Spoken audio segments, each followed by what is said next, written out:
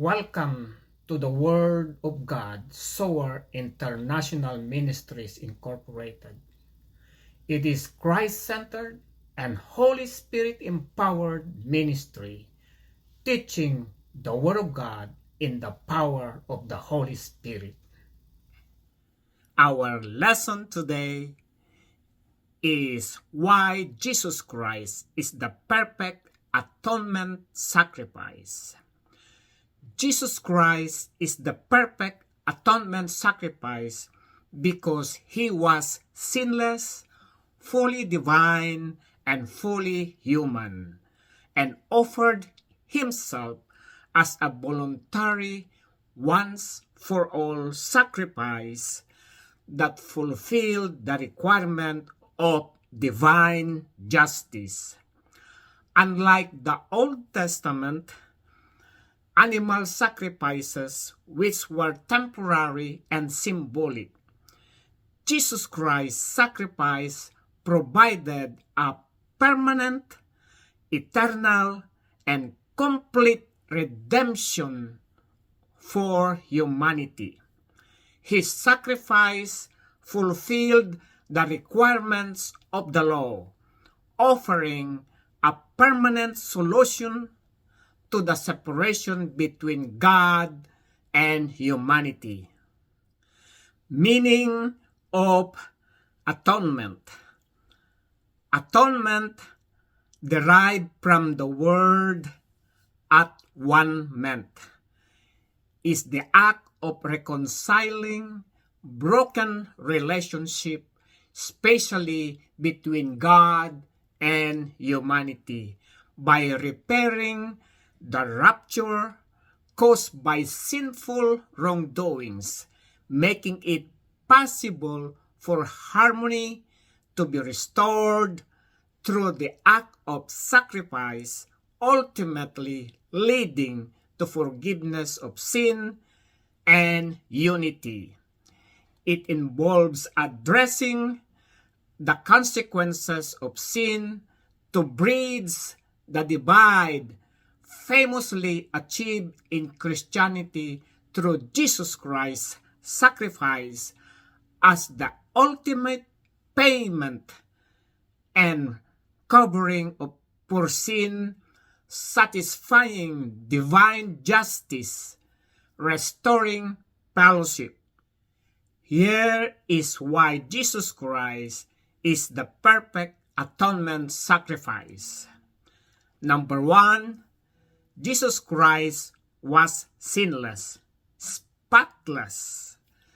Unlike the Old Testament sacrifices, which were flawed animals, Jesus was without sin, making him the only acceptable offering to a holy God.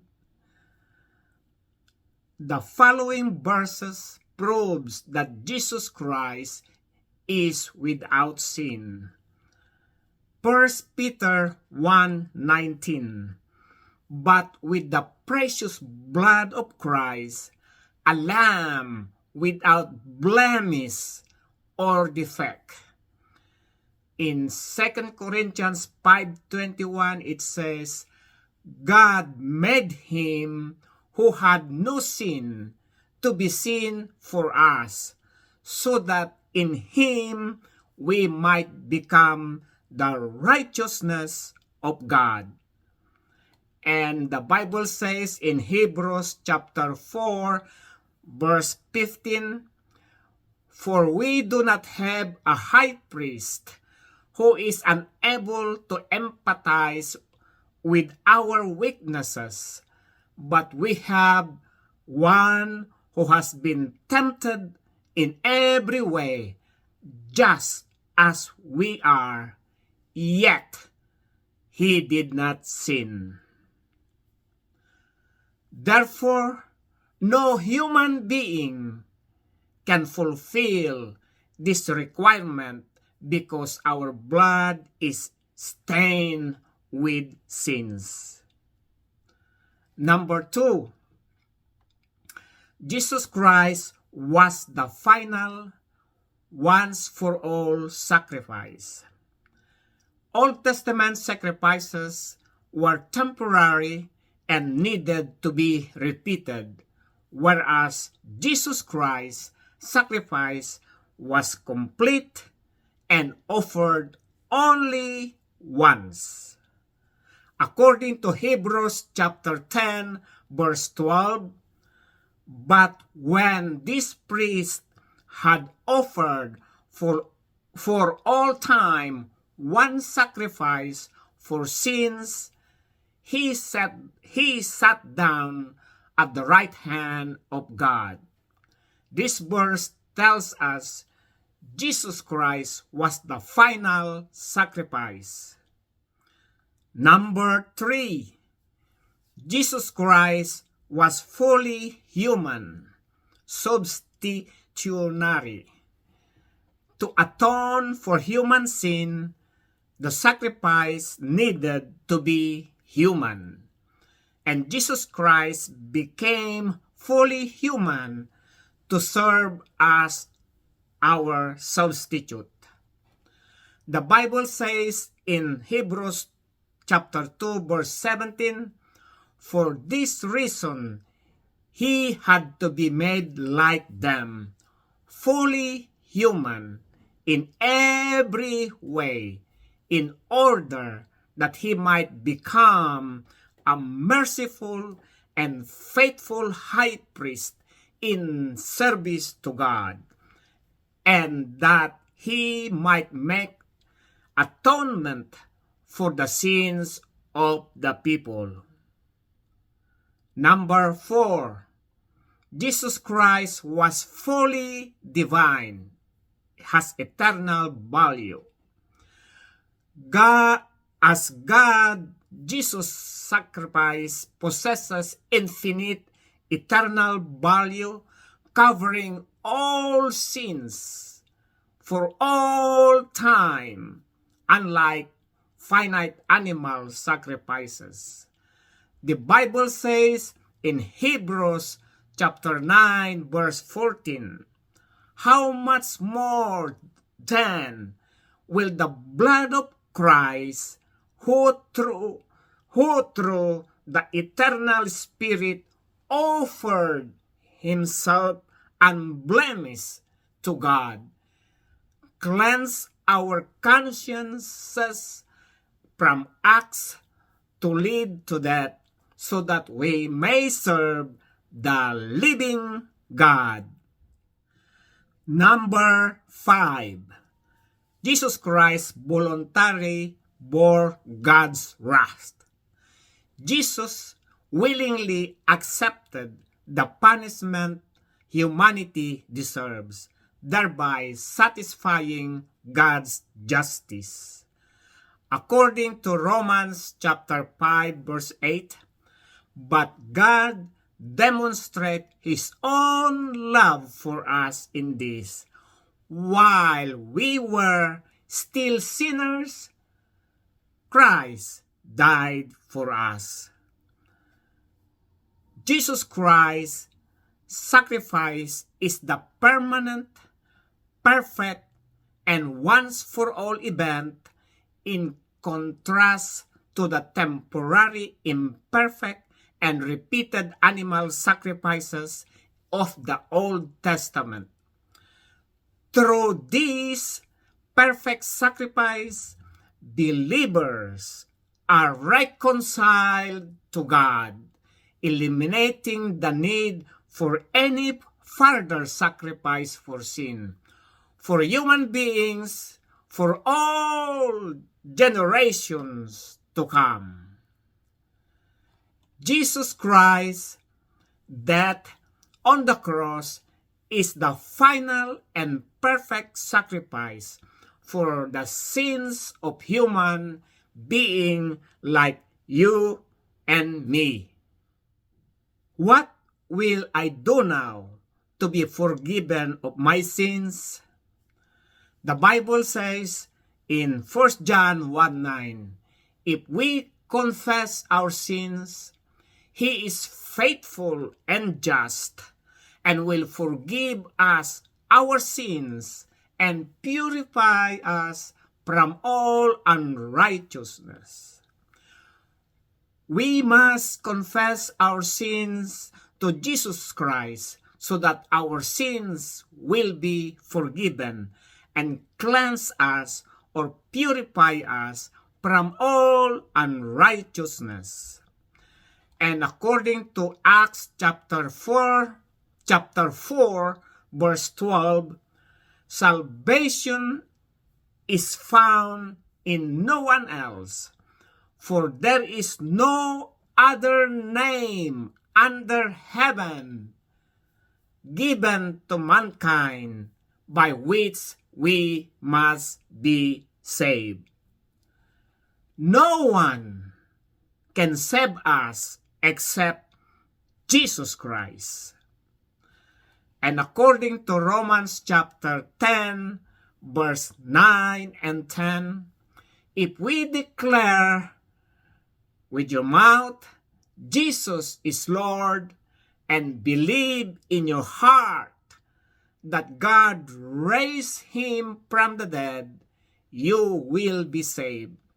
For it is with your heart that you believe and are justified, and it is with your mouth that you profess your faith and are saved. Let us pray. Please follow me. Jesus, I present myself at this moment as a sinner. I recognize that I am a sinner. I have sinned against you, Jesus. I truly repent for all my sins I have committed against you, Jesus, from the beginning of my young life until now. I am sorry for my iniquities, my wickedness, my immoral nature, my unfair behavior, my evil thoughts, my pride. I have lied many times, my transgression against your divine law. Oh God, have mercy on me and forgive all my sins. Cleanse me, purify me deep inside, O God. By faith, I accept you, Jesus Christ, as my Savior, Lord, and God. I believe that you died for my sins on the cross, that you were buried and rose again to life on the third day, according to the Scriptures. Jesus, thank you for rescuing me from bondage of sin, death, and evil through the costly sacrifice of your blood. Jesus, thank you for you are the perfect Lamb of God who takes away my sins. Jesus, I thank you for forgiving my sins. I thank you for purifying me from all unrighteousness. Jesus, I love you. From now on, lead my life to holiness and righteousness. Guide me, protect me from sinning against you, Jesus. I thank you, Jesus Christ, for your grace, love, and mercy on me. Amen. Bakit si Jesus Christ ang perpektong sakripisyo sa pagbabayad sala? Si Jesus Christ ang perpektong sakripisyo sa pagbabayad sala dahil siya ay walang kasalanan, ganap na banal at ganap na tao, at inialay ang kanyang sarili bilang isang kusang loob, minsan para sa lahat na sakripisyo sa tumutupad sa mga kinakailangan ng banal na katarungan. Hindi tulad ng mga paghahandog ng hayop sa lumang tipan na pansamantala at sinagisag. Ang sakripisyo ni Jesus Christ ay naglaan ng permanente, walang hanggang at ganap na pagtubos para sa sangkatauhan. Natupad ang kanyang hain ng mga kahilingan ng kautusan. Nag-alok ng permanenteng solusyon sa paghihiwalay sa pagitan ng Diyos at sangkatauhan. Ano ang kahulugan ng pagbabayad sala? Ang pagbabayad sala ay nagmula sa atonement, ay ang pagkilos ng pag-aayos ng nasirang relasyon, lalo na sa pagitan ng Diyos at sangkatauhan, sa pamagitan ng pag-aayos sa pagkasira ng nadulot ng makasalanang mga maling gawin na ginagawang possible para sa pagkakasundo na maibalik sa pamagitan ng pag-aalay na humahantong sa kapatawaran ng kasalanan at pagkakaisa. Ito ay nagsasangkot ng pagtugon sa mga kahihinatnan ng kasalanan upang tulay na isang pagkakahati na nakilalang nakamit sa Kristyanismo sa pamagitan ng sakripisyo ni Jesus Christ bilang ang pinakahuling kabayaran at pagtatakip para sa kasalanan, nagbibigay kasiyahan sa banal na hustisya at pagpapanumbalik ng pagsasama. Narito kung bakit si Jesus Christ ang perpektong sakripisyo sa pagbabayad sala. Number 1, si Jesus Christ ay walang kasalanan, walang batik. Hindi tulad ng mga sakripisyo sa lumang tipan na mga may depektong hayop. Si Jesus ay walang kasalanan na ginagawa siyang taging katanggap-tanggap na handog sa isang banal na Diyos. Ang mga sumusunod na talata ay nagpapatunay na si Jesus Christ ay walang kasalanan. Sinasabi ito sa 1 Peter 1:19, kung di mahalagang dugo ni Kristo gaya ng sa korderong walang kapintasan, walang dungis. Sinasabi rin ito sa 2 Corinthians chapter 5 verse 21, para sa ating kapakanan ginawa niyang may kasalanan siya na hindi nakakilala ng kasalanan upang sa kanya'y tayo'y maging katuwiran ng Diyos.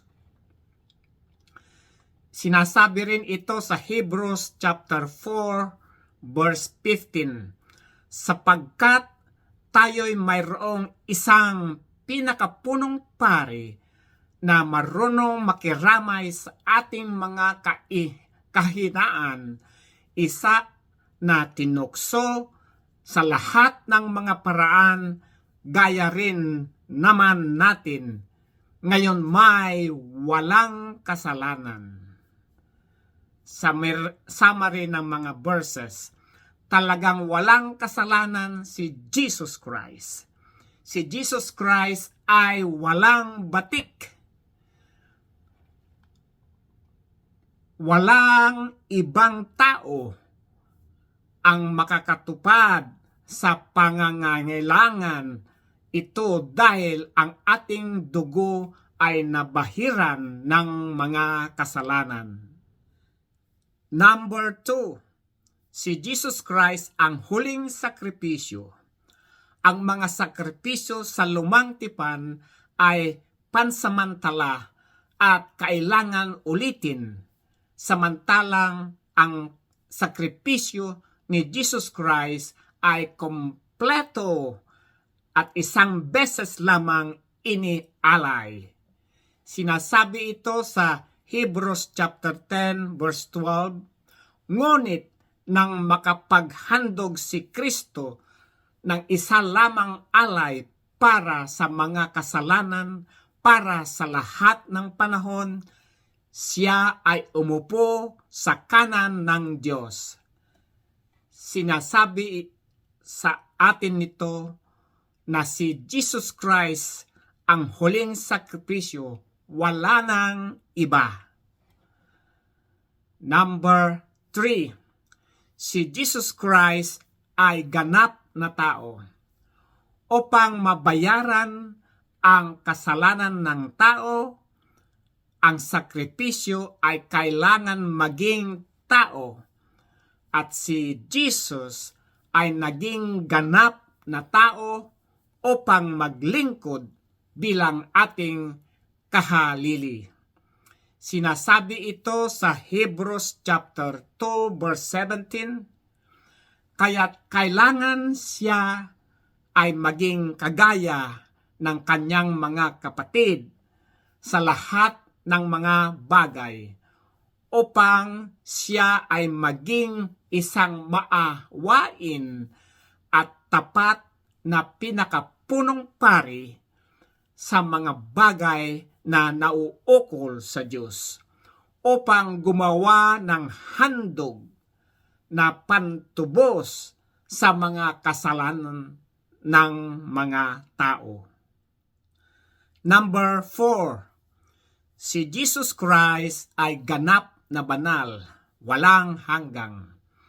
Bilang Diyos, ang sakripisyo ni Jesus ay nagtataglay ng walang hanggang at walang hanggang halaga na sumasaklaw sa lahat ng kasalanan sa lahat ng panahon, hindi tulad ng mga ahin na may hangganan. Sinasabi ito sa Hebrews chapter 9 verse 14, gaano pa kaya ang dugo ni Kristo nasa pamagitan ng walang hanggang espiritu ay inahandog ang kanyang sarili na walang dungis sa Diyos ay maglilinis ng ating budhi mula sa mga gawang patay upang maglilingkod sa Diyos na buhay. Number 5, si Jesus Christ ay kusang dinala ang puot ng Diyos. Kusang loob na tinanggap ni Jesus ang parusang nararapat sa sangkatauhan. Sa ngayon ay nasiyahan ang katarungan ng Diyos. Sinasabi ito sa Romans chapter 5 verse 8, subalit pinatutunayan ng Diyos ang kanyang pag-ibig sa atin na noon tayo'y mga makasalanan pa, si Kristo ay namatay para sa atin. Summary, ang sakripisyo ni Jesus Christ ay ang permanente, perpekto, at minsan para sa lahat na kaganapan. Kabaligtaran sa pansamantala, hindi perpekto at paulit-ulit na paghahain ng hayop sa lumang tipan. Sa pamagitan ng perpektong sakripisyong ito, ang mga mananampalataya ay nakipagkasundo sa Diyos na inaalis ang pangangailangan para sa anumang karagdagang sakripisyo para sa kasalanan, para sa mga tao, para sa lahat ng henerasyon na darating. Ang kamatayan ni Jesus Christ sa cross ay ang pangwakas at perpektong sakripisyo para sa mga kasalanan ng tao katulad mo at ako. Ano ang gagawin ko ngayon para mapatawad ang aking mga kasalanan? Sinasabi sa 1 John 1:9, kung ipinahahayag natin ang ating mga kasalanan, siya ay tapat at banal na magpapatawad sa ating mga kasalanan at tayo'y lilinisin sa lahat ng kalikuan. Dapat nating ipagtapat ang ating mga kasalanan kay Jesus Christ upang ang ating mga kasalanan ay mapatawad at malinis tayo o linisin tayo ng lahat ng kalikuan. Sinasabi rin ito sa Acts 4:12, walang kaligtasan sa kanino paman sapagkat walang ibang pangalan sa ilalim ng langit na ibinigay sa mga tao na ating ikakaligtas. Walang makapagligtas sa atin mga kasalanan maliban kay Jesus Christ. Sinasabi rin ito sa Romans chapter 10 verse 9 and 10. Sapagkat kung ipahayag mo sa pamagitan ng iyong bibig na si Jesus na Panginoon at sasampalataya ka sa iyong puso na binuhay siyang muli ng Diyos mula sa mga patay, ay maliligtas ka. Sapagkat ang puso ng tao'y nananampalataya, kaya't itinuturing na ganap, at sa pamagitan ng bibig ay nagpapahayag, kaya't naliligtas. Let us pray, manalangin tayo. Susunod po kayo sa akin. Jesus, ipinakikita ko ang aking sarili sa sandaling ito bilang isang makasalanan. Kinikilala ko na ako ay isang makasalanan. Nagkasala ako sa iyo, Jesus. At ako ay tunay na nagsisisi sa lahat ng aking mga kasalanan na aking nagawa laban sa iyo, Jesus, simula sa aking kabataan hanggang ngayon. Ikinalulungkot ko ang aking mga kasamaan, ang aking immoral na kalikasan, ang aking hindi patas na pag-uugali, ang aking masasamang pag-iisip, ang aking pagmamataas. Ako ay nagsinungaling ng maraming beses. Ang aking mga pagsasalangsang laban sa iyong banal na batas. O Diyos, maawa ka sa akin at patawarin mo ako. Ang lahat ng aking kasalanan, linisin mo ako, dalisayin mo ako sa kaibuturan, O Diyos. Sa pamagitan ng pananampalataya, tinatanggap kita, Jesus Christ, bilang aking tagapagligtas, Panginoon at Diyos. Naniniwala ako na namatay ka para sa aking mga kasalanan sa cross, na ikaw ay inilibing at muling nabuhay sa ikatlong araw ayon sa mga kasulatan. Jesus, salamat sa pagliligtas mo sa akin mula sa pagkakaalipin sa kasalanan, kamatayan, at kasamaan sa pamagitan ng mahal na sakripisyong ng iyong dugo. Jesus, salamat sa iyo dahil ikaw ang perpektong kordero ng Diyos na nag-aalis ng aking mga kasalanan. Jesus, salamat sa pagpapatawad mo sa aking mga kasalanan. Nagpapasalamat ako sa pagdadalisay mo sa akin mula sa lahat ng kalikuan. Jesus, mahal kita. Mula ngayon ay akayin mo ang aking buhay sa kabanalan at katuwiran. Patnubayan mo ako at protektahan mula sa pagkakasala sa iyo, Jesus. Nagpapasalamat ako sa iyo, Jesus Christ, sa biyaya, pag-ibig, at awa mo sa akin. Amen. Let us pray for your healing.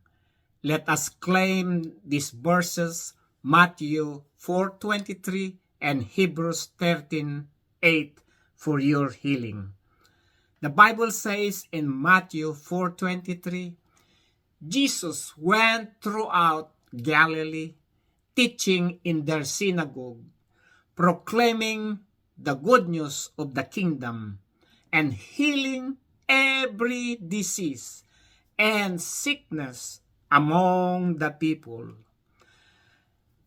And in Hebrews 13:8, Jesus Christ is the same yesterday, today, and forever.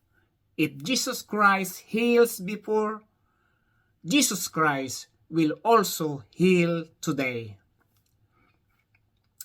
Father, in the name of your only begotten Son, Jesus, I pray for those who are listening to give them spiritual healing, emotional healing, physical healing. O Ramashika Ramakanda Ramashanda, I pray for the restoration of their broken relationship with you, Jesus.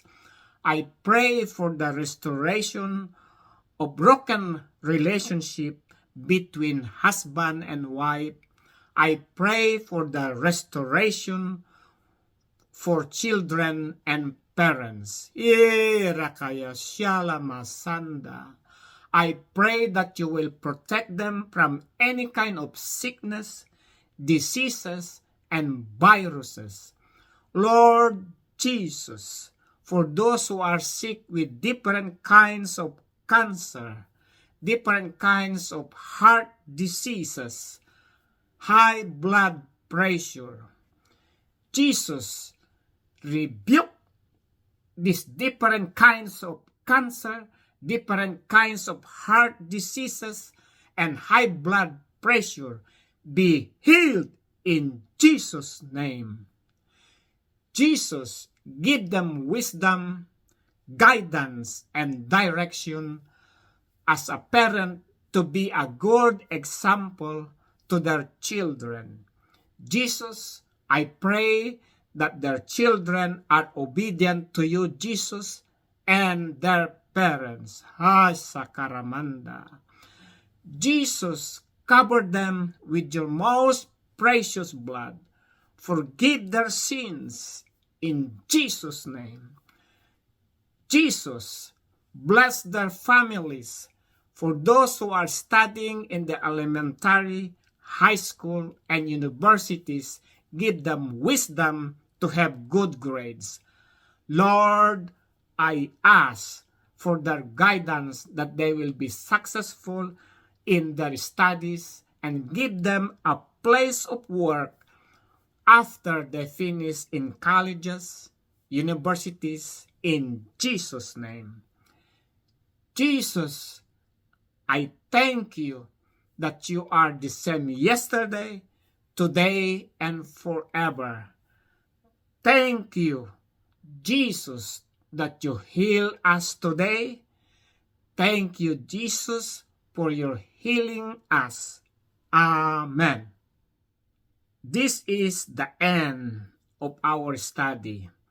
If you are being touched by the love of Jesus in this teaching, with my permission, you can share this teaching in your Facebook or other different forms to your friends and relatives by sending them the YouTube website link of this teaching for the glory of our God, Jesus Christ.